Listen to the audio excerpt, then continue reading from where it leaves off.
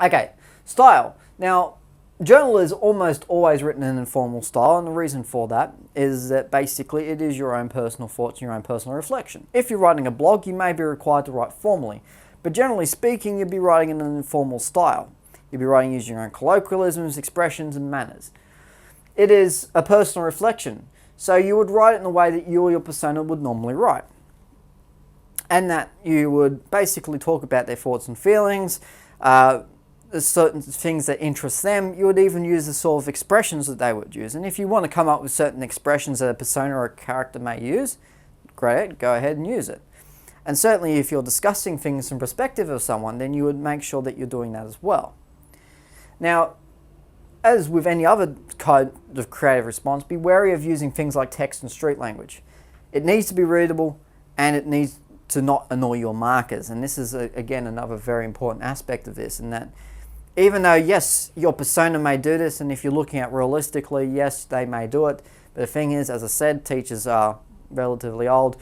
You need to make sure that they can read what it is you're trying to write. Don't put in acronyms and various things we can't read.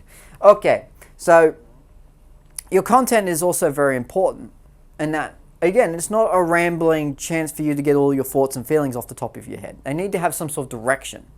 So the first thing you need to do is you need to try and give some insights and some interesting information. Something which is going to keep people enthralled and keep them interested.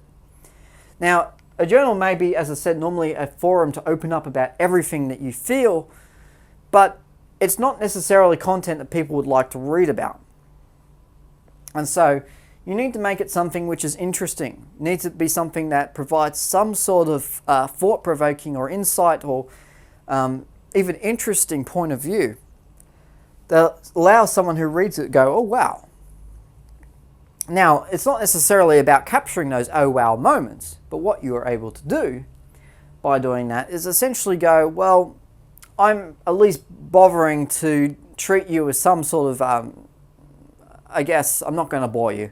I'm not going to give you something that's going to tell you about 1,000 things you don't care about. I'm going to write a journal about something you will find interesting, and my point of view will be interesting to you. That's the mindset you've got to think about. And so when you're writing a journal, make sure that you're writing about things that are interesting to other people. Obviously, because if, as I said, if it's boring, it's not going to be something that's going to be looked upon all that favorably, no matter how well it's written. You also need to write about things which allow you to delve deeper. In other words, if I said, I'm not happy because he doesn't love me, okay, go deeper into that. Why is this person so unlovable? Etc. Go into it. Go deeper into it. Be philosophical. Have insight, as I said. Don't just go, oh, he doesn't love me, that's it, the end. You need to go into it a little bit further.